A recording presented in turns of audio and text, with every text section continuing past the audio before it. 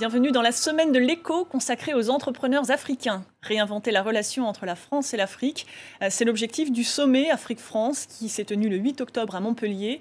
Un sommet que le président français a voulu sans chef d'État, mais avec des entrepreneurs, des chercheurs, des artistes, bref, des acteurs du changement sur le continent. Entre crise sanitaire, instabilité politique ou accès au financement, comment entreprendre en Afrique? On en parle tout de suite avec mes invités. Aménie Mansouri, cofondatrice et PDG de Dapchi, vide dressing qui permet aux Tunisiens d'acheter, vendre ou échanger en ligne des articles de mode neuf ou d'occasion. Et Amadou Ba, cofondateur et directeur général de Comafruit, première entreprise malienne de transformation de mangue. Bonjour à tous les deux. Bonjour et merci pour l'invitation. Je vous en prie. Vous avez alors tous les deux fait vos études et nourri votre projet d'entreprise en France. Aménie Mansouri, après des études en pharmacie biomédicale, vous vous êtes lancée dans le vide dressing en ligne. Pourquoi ce choix? Parce que c'est ma passion aussi, la mode. Honnêtement, j'ai fait des études dont j'étais vraiment très fière. J'ai débarqué en France à l'âge de 18 ans. Et puis, en 2016, j'ai cofondé Dapchi parce que, justement, j'avais toujours aussi nourri cette envie-là d'entreprendre et d'avoir un certain changement autour de moi. Et donc, je trouvais que, à travers la mode, je pouvais le faire parce que c'est aussi ma passion. Alors, un changement autour de vous, dites-vous, que peut apporter votre entreprise dans un pays, la Tunisie, où les jeunes sont très diplômés, très bien formés, mais peinent à trouver un emploi? Alors parfaitement, en fait, aujourd'hui, Dapchi, c'est une plateforme en ligne qui permet justement de vendre et d'acheter les vêtements en ligne en toute sécurité. Et donc, en fait, on a réussi à créer une sorte de micro-entrepreneur sur notre plateforme. Donc aujourd'hui, il y a des femmes qui sont au foyer ou des étudiants qui veulent vraiment avoir un complément de revenus ou bien financer leurs études. Eh bien, aujourd'hui, ils peuvent vendre les vêtements en ligne. Nous, on opère comme une tierce personne de confiance et là, ça leur fait un revenu. C'est-à-dire qu'ils vont acheter des vêtements chez quelqu'un, ils vont les laver, les reboutiquer et ensuite les revendre? Parfaitement, oui, parce qu'à la base, c'est des particuliers à particuliers. Donc, quand on ouvre son dressing, on va trouver des vêtements qu'on a déjà portés, mais également des vêtements qui sont neufs. Donc, aujourd'hui, il y en a qui vendent dans des friperies, par exemple, ou bien carrément acheter des vêtements à moindre prix et les revendre sur la plateforme. Alors, vous vous êtes inspiré d'une entreprise qui est bien connue en France, qui s'appelle Vinted, mais vous l'avez adaptée aux spécificités du marché tunisien, c'est-à-dire, expliquez-nous. Alors, parfaitement. Vinted en France, donc, il a essayé de changer pas mal de fois son business model. En Tunisie, on prend une commission parce qu'on est vraiment les garants de la transaction. C'est ça. Voilà. Exactement. On est les garants de la transaction de A à Z. Donc aujourd'hui, quand vous vendez un article, le livreur, il va venir chez vous récupérer le colis. Et si vous êtes une acheteuse, il va venir chez vous, vous livrer l'article. Autre chose, en fait, spécificité, c'est le paiement à la livraison. Donc aujourd'hui, à peu près 90% de nos transactions, ça se passe avec le paiement à la livraison. Dans un pays où les gens, culturellement, ils ne sont pas très à l'aise avec le paiement en ligne. Donc on s'est adapté et on a réinventé un nouveau modèle pour la livraison C2C avec une tierce personne de confiance. Donc livraison à domicile peut-être aussi, parce qu'il n'y a pas de point relais ou de poste, autant de postes comme il peut y avoir en France. Amadou Ba, alors vous avez été étudiant boursier en France, ce qui s'appelle aujourd'hui AgroParisTech, puis responsable de production dans une laiterie dans la Creuse. Et c'est votre ancien patron, d'une certaine façon, qui vous a mis le pied à l'étrier? Tout à fait, comme vous le dites, j'ai travaillé dans le lait, dans la Creuse.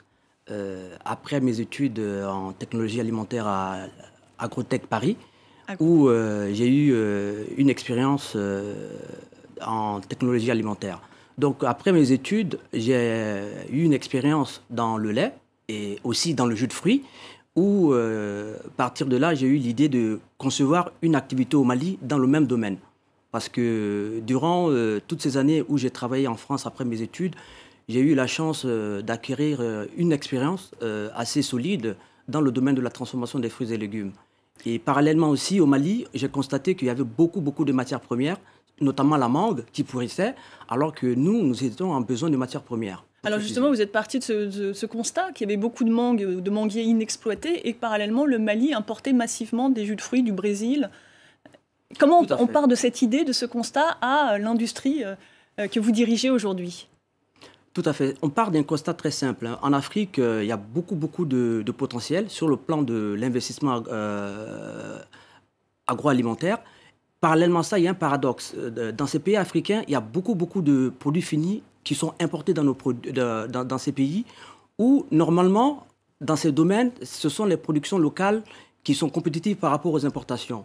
Mais la problématique est très simple. S'il n'y a pas de production, normalement, on ne peut pas avoir le produit disponible sur le marché. Mais pour qu'il y ait de la production, il faut, j'imagine, de l'investissement, il faut des routes, des infrastructures. Comment vous êtes passé, vous, justement, de cette idée à des entreprises? Vous avez 200 jusqu'à 250 salariés qui travaillent à la transformation? Tout à fait, jusqu'à 400 salariés durant la saison. Donc, j'ai eu la chance de proposer ce projet à mon ancien patron, qui a cru à ce business plan que je lui ai proposé pour cette activité au Mali. Donc, partant de là, nous avons investi dans ce domaine qui était totalement vierge à l'époque. Donc, il a fallu tout reconstruire à partir de zéro parce que le transfert de compétences au Mali ne sont pas du tout évidents à cause de la qualité des ressources humaines locales. Manque de formation. Manque de formation, manque d'écoles adaptées à ce type de besoins. Amini Mansouri, vous êtes à la tête d'une start-up de 20 salariés, c'est bien cela. Vous êtes dans un modèle de levée de fonds permanente. Le Covid a ralenti votre expansion géographique, mais ça vous a aussi permis peut-être de développer de nouveaux services. Tout à fait. À l'époque, début 2020, on était vraiment prêts pour aller en Égypte. C'était notre première expansion avec la crise. Donc, on s'est plutôt focalisé sur notre produit. Donc, on a fait une refonte de l'application mobile. On a lancé de nouveaux services vraiment inédits. Donc, par exemple, on s'est positionné sur le luxe. On s'est positionné, aussi, on a lancé un service de Dapchi Prime. Et cette semaine aussi, on vient d'annoncer un service inédit, exclusif avec Orange, qui est de sponsoriser son dressing ou son article à travers son solde mobile. Donc, vous n'avez pas perdu votre temps? Non, pas du tout, pas du tout. En fait, il fallait vraiment s'adapter. Et c'est ça aussi d'être un entrepreneur, c'est vraiment s'adapter au marché, au changement, etc. Alors, vous avez dit, vous avez dû reculer votre entrée sur le marché égyptien. Vous pensez également à la Tunisie, au Maroc, à terme. À quelle échéance et quand est-ce que vous pensez être rentable? Alors, nous commençons aujourd'hui avec l'Égypte, c'est imminent. Après, on a vraiment un produit qui est prêt, un modèle qui est vraiment fini, mature aussi, tout est automatisé. Donc, on veut bien aller au Maroc en 2022. Et après, ça va vraiment dépendre de nos levées de fonds parce que nous, en tant qu'équipe ou un produit, on est vraiment prêt, mais ça va dépendre de nos levées de fonds pour aller conquérir d'autres pays. Amadouba, dans quelle mesure le Covid a peut-être affecté votre activité et quels sont vos projets de développement? Outre le Mali, est-ce que vous pensez aller voir ailleurs ou peut-être développer d'autres fruits, d'autres transformations d'autres fruits? L'exploitation de l'activité, comme toutes les activités industrielles, a été fortement impactée par le Covid. Déjà à cause de la non-disponibilité de certaines ressources humaines que nous avons sur notre site. Aussi, la logistique a été fortement impactée pour les mêmes raisons. Donc, actuellement, nous avons pu faire face aux problèmes en essayant de trouver avec le gouvernement des accords pour pouvoir travailler dans des mesures sanitaires bien spécifiques pour qu'on puisse continuer l'activité étant saisonnière. Parce qu'après la saison, si nous n'arrivons pas à travailler, nous perdons notre production pour toute l'année scolaire. Il y a d'autres difficultés, j'imagine, au Mali. On pense à la question sécuritaire, on pense aussi à l'instabilité politique. Comment cela vous impacte? Effectivement, c'est une grosse préoccupation pour toutes les entreprises au Mali. Mais nous avons la chance, avec les mesures qui ont été mises en place par le gouvernement et les Nations Unies pour sécuriser le pays, dans la zone où nous travaillons... Vous êtes plutôt dans le sud. Nous sommes plutôt dans le sud, effectivement. Vous êtes donc plutôt épargné, mais pour autant, vous êtes aussi confronté à de l'insécurité, je ne sais pas, de banditisme sur les routes ou... Bien évidemment, il y a du banditisme résiduel un peu comme partout dans tous les territoires du Mali. Mais de manière générale, l'activité n'est pas impactée par ce terrorisme résiduel dans le nord du pays. La question climatique, elle vous impacte également? Vous l'avez un petit peu abordée. Tout à fait, c'est très visible. Actuellement, les changements climatiques au Mali sont très visibles, avec une très grande amplitude au niveau de la pluviométrie et au niveau de la température. On constate d'année en année que la sécheresse devient beaucoup plus sévère.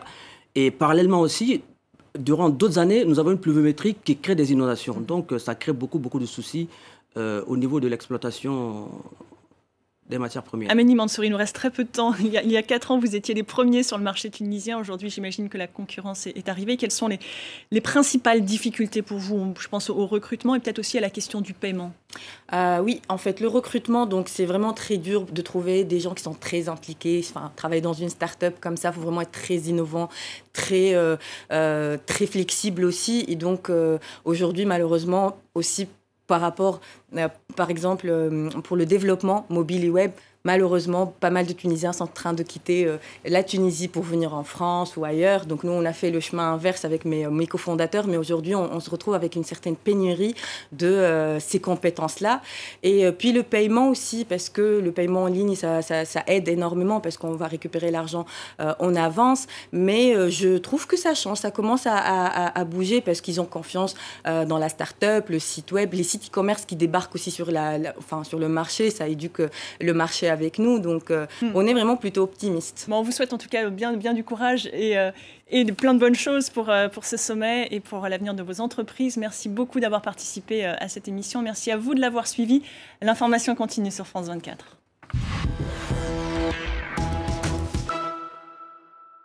Comment repenser les relations entre la France et l'Afrique, entre l'ancienne puissance coloniale et le continent qui compte le plus de jeunes?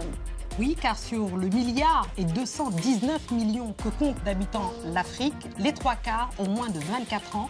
Comment s'adresser à cette jeunesse? C'est l'objectif de ce nouveau sommet Afrique-France qui aura lieu à Montpellier. Alors pour l'occasion, nous vous proposons pas une, mais 2 émissions spéciales du Journal de l'Afrique. Une qui sera faite par Myriam depuis Paris et une autre que je vous présenterai en direct à Montpellier. Le Journal de l'Afrique, édition spéciale Sommet Afrique-France sur France 24 et france24.com.